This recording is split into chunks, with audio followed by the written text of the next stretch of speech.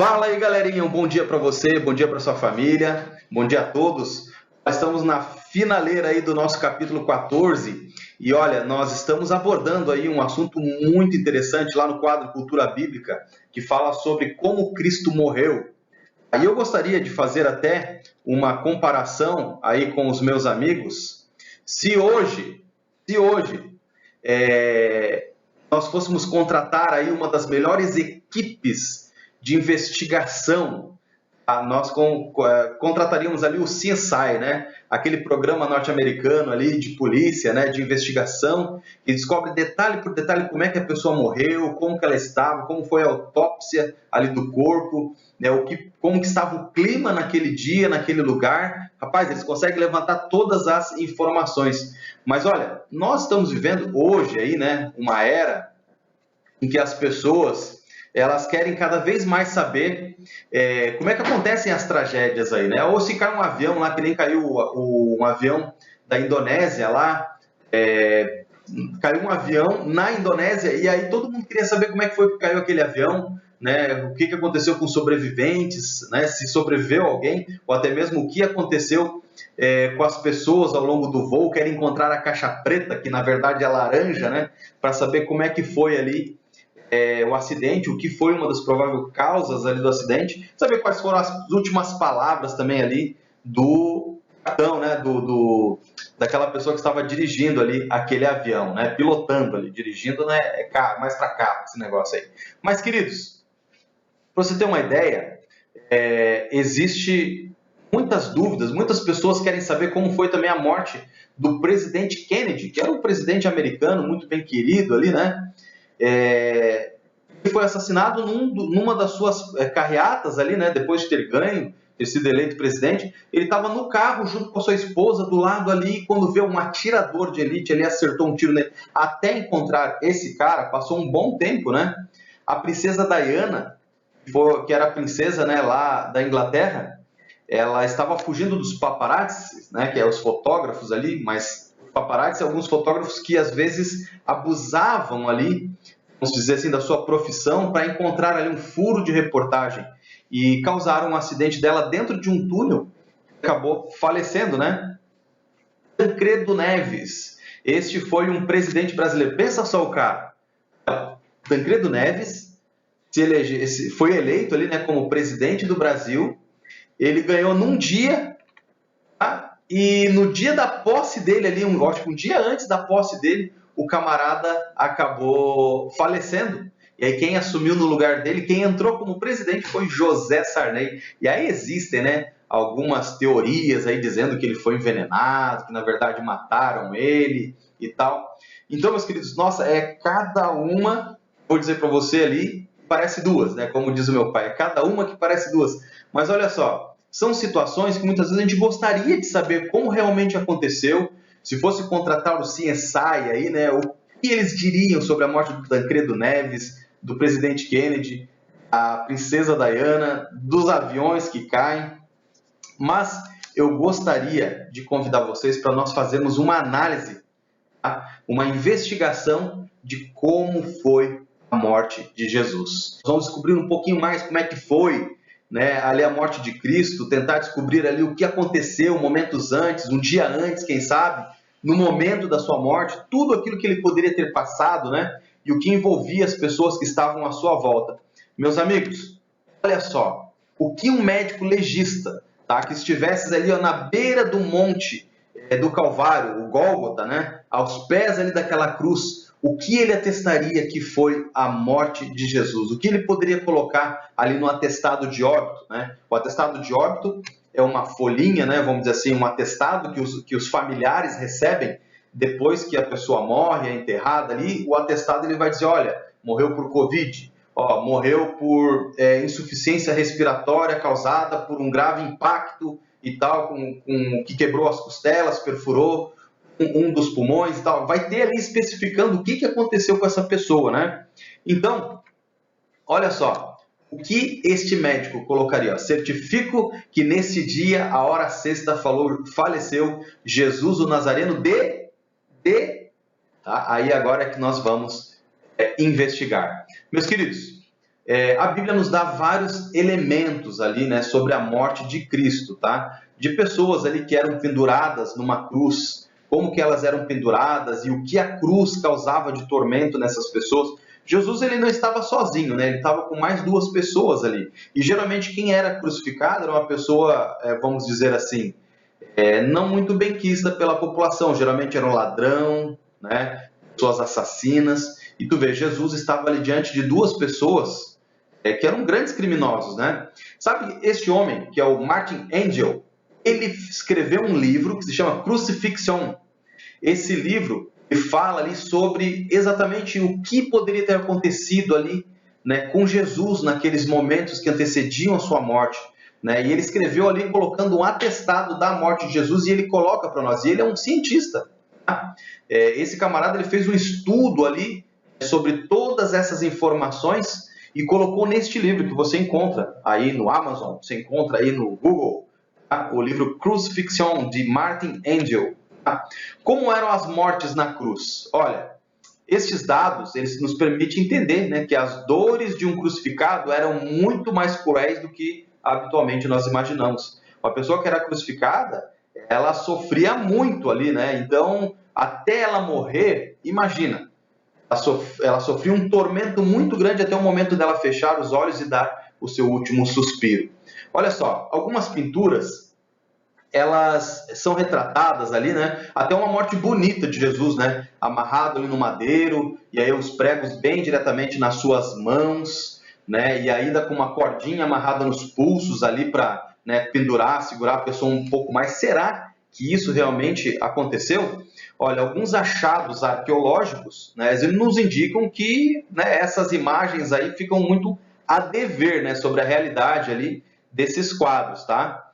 E olha só, uma pessoa antes de ir para a cruz, ela era cruelmente ali açoitada, né? E quem viu aquele filme Paixão de Cristo pode lembrar ali, né? Que o açoite era esse instrumento que você está vendo aí, que é um instrumento de castigo, ele é desumano. Alguns deles tinham algumas bolas de chumbo, né? Estavam unidas ali por um cabo de madeira, meio que chamado de candeias, né?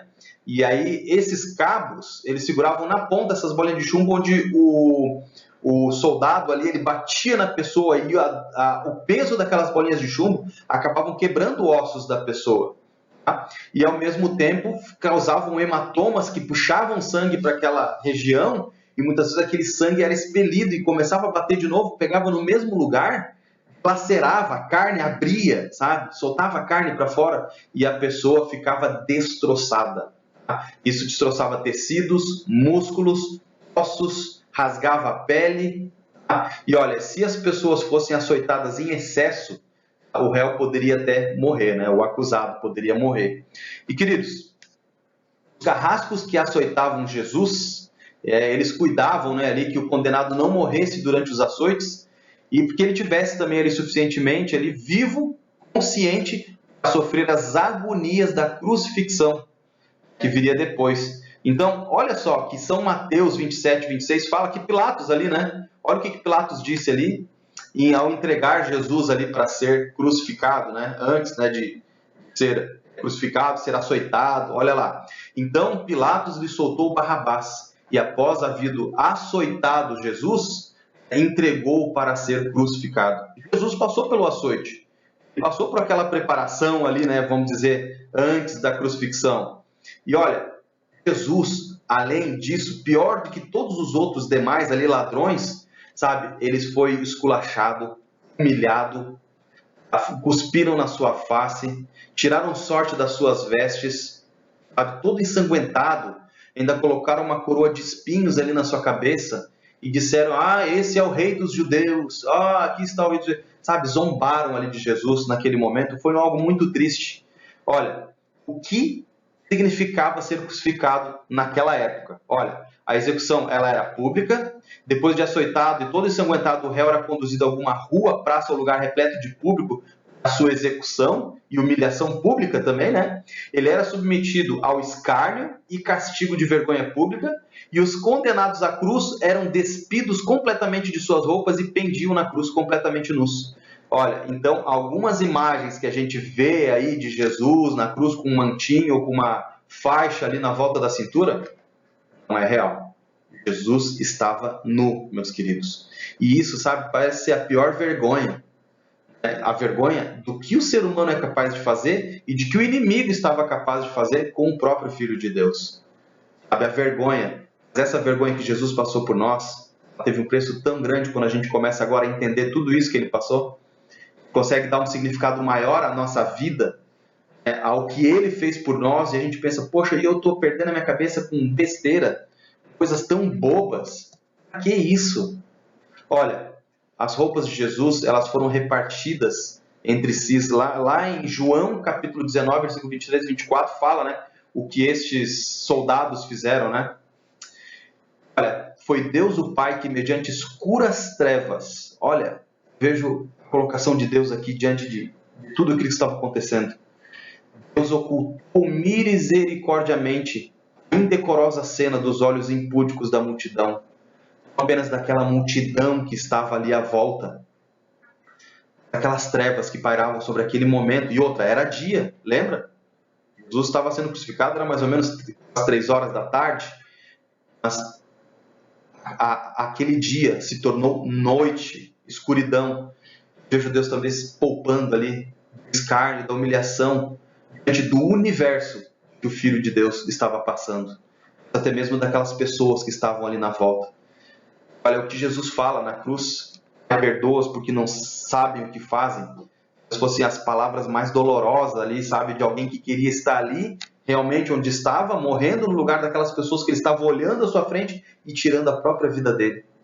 Sabe, às vezes eu tento me colocar no lugar de Jesus, né, me colocar assim, na visão dele, e às vezes eu vejo de mim mesmo, assim, sabe, imerecedor do que ele fez por mim na cruz do Calvário.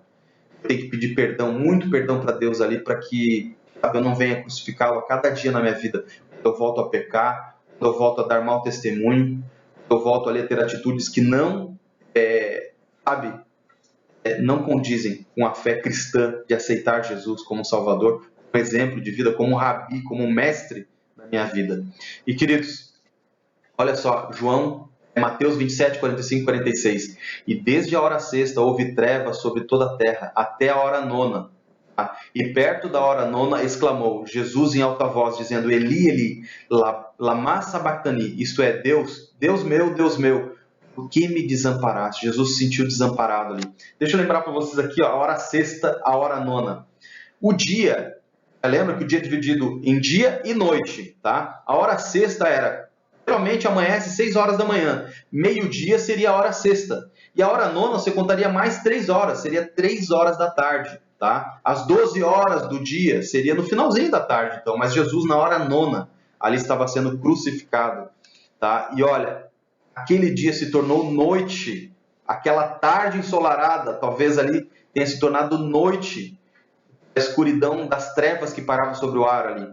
E queridos, agudo e penetrante grito de dor rasgou os ares de densas trevas e Cristo acabou morrendo. Olha, São João que estava ali, né, próximo aos pés ali, né, na volta da cruz, apenas um jovenzinho, né? Ele diz que lá em João 19, 34, um dos soldados lhe abriu o lado com uma lança e logo saiu sangue e água. Em João, né, nós vemos esse relato lá. Qual seria ali qual foi a angústia que quebrantou o coração de Jesus ali naquele lugar? Qual teria sido ali o verdadeiro motivo de Jesus ter perdido a sua vida? E lembrando que Jesus havia sofrido muito um dia antes, no Getsêmani. E sabe, alguns médicos dizem que o que ele sofreu no Getsêmani é um nome que se coloca ali, né, sobre aquela sensação de medo, uma angústia tão grande ali, que a pessoa chega a suar gotas de sangue, e Jesus sofreu por isso. E olha, qual seria verdadeiramente ali a grande causa da morte de Cristo? Se preocupou, Jesus, lá em Lucas 23, 33 e 34, ele se preocupou e orou em favor dos seus malfeitores, aqueles que estavam ali na sua frente. Paulo também foi uma pessoa que também percebeu ali, né, e recebeu uma revelação que esclarece completamente esse quadro. Antes de tudo, vos entreguei o que também recebi. E Cristo morreu pelos nossos pecados, segundo as Escrituras. Ele escreve. Não era o temor da morte o que oprimia, nem a dor e a ignomínia da cruz que lhe causavam inexplicável angústia. Ele sofreu o que há de experimentar o pecador, quando não mais a misericórdia interceder pela raça humana.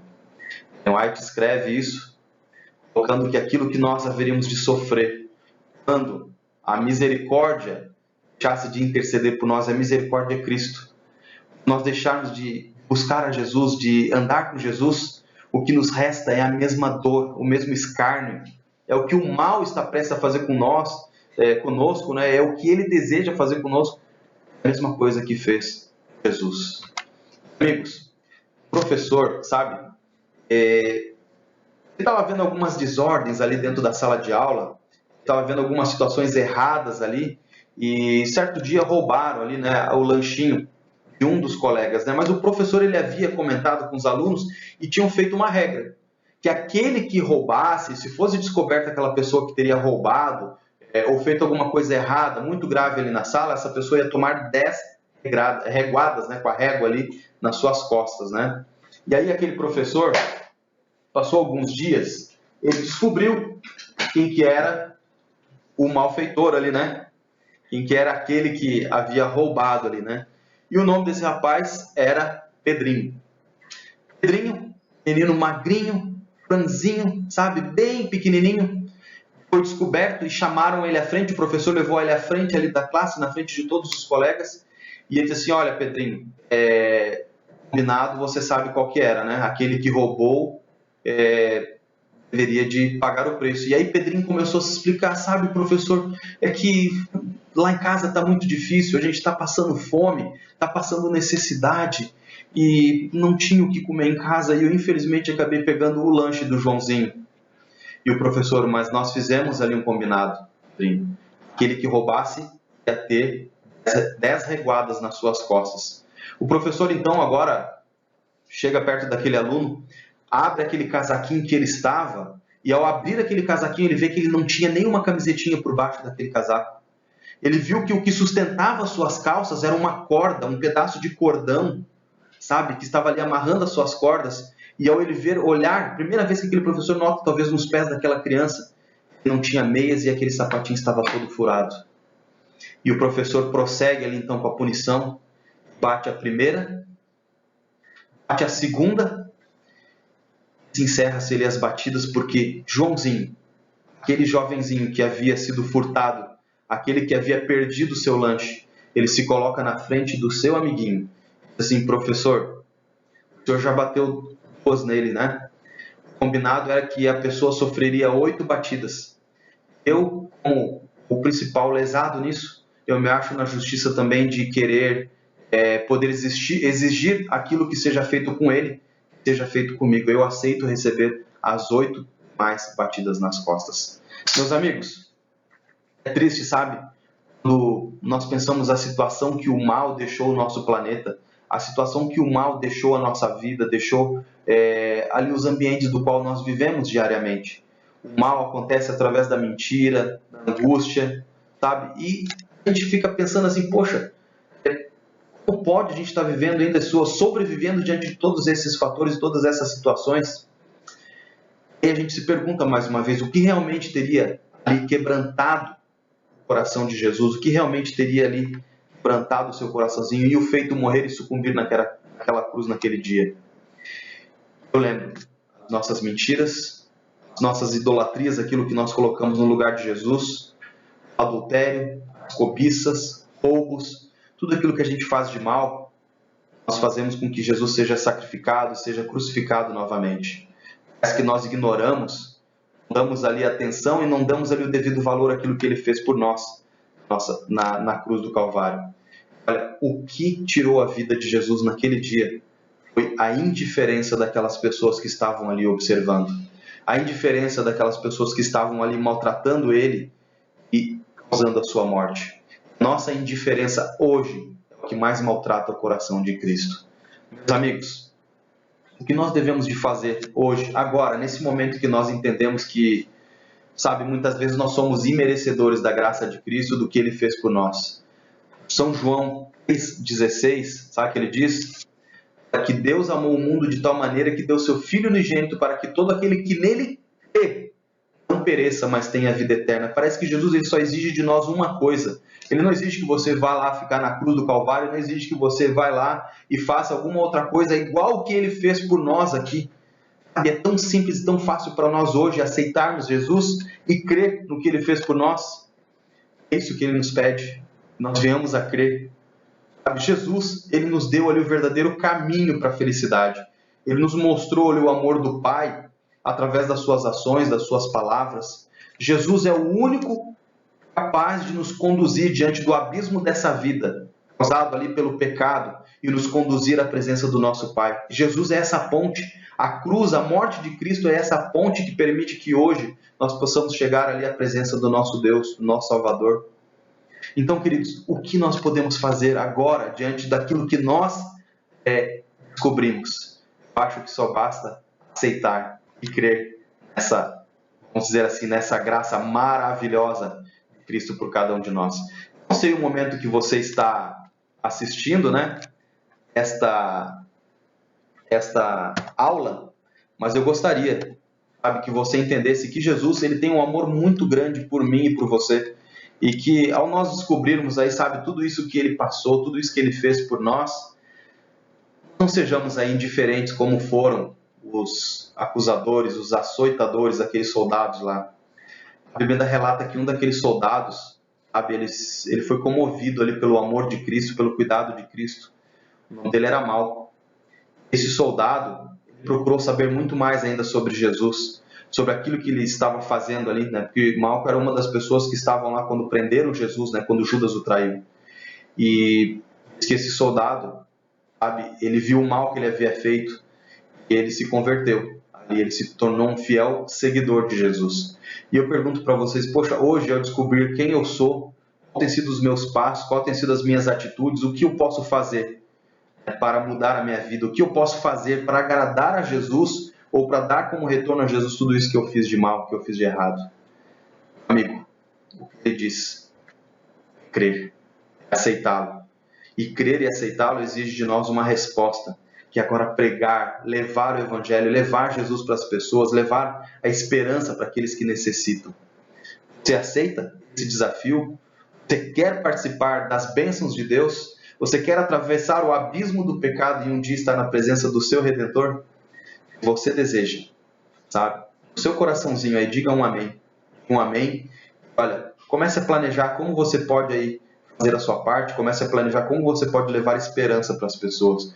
Tenho certeza que você pode ser um grande discípulo e uma grande ferramenta de Deus na propagação do Evangelho, porque a única coisa que precisa acontecer neste mundo aqui para Jesus voltar, meu querido, sabe o que é? A pregação do Evangelho. Guerras, terremotos, epidemias, tudo aquilo que Mateus 24 falou está acontecendo. Só falta a pregação do Evangelho. E levanta essa nação, essa geração, eu e você, para fazermos isso. Feche seus olhos que eu quero orar com você. Querido Deus e bondoso Pai, mais uma vez eu quero te agradecer, Senhor Deus, pelo teu cuidado, pelo teu amor e a tua graça por cada um de nós. Eu quero te pedir, Senhor Deus, que o Senhor abençoe esses alunos maravilhosos, que eles possam, Senhor Deus, se preparar para a tua volta, que eles possam se preparar, Senhor Deus, ali para que um dia possam, Deus, subsistir a todas as dores deste mundo, não iguais a que Cristo sofreu por nós. Mas, Pai, eles terem a certeza de que eles não estarão sozinhos, que o Senhor estará do lado deles, fortalecendo, guiando, dando ali, Senhor Deus, a devida força necessária para enfrentar todo e qualquer obstáculo. E nisso, ó Deus, nós veremos os teus milagres. Veremos, ó Deus, ali a tua provisão diante de coisas que talvez os nossos olhos nem tenham visto ou nossa mente nem tenha imaginado. Porque é isso que nós acreditamos que o Senhor tem reservado para os teus filhos nos últimos dias. Abençoe, ó Pai, abençoe essas queridas turmas, nossa escola adventista de Tubarão. É o que eu te peço e te agradeço em nome de Jesus. Amém, Senhor. Queridos, um grande abraço para você. Eu espero que você tenha assistido essa aula. Nós teremos ainda aí um retorno, viu?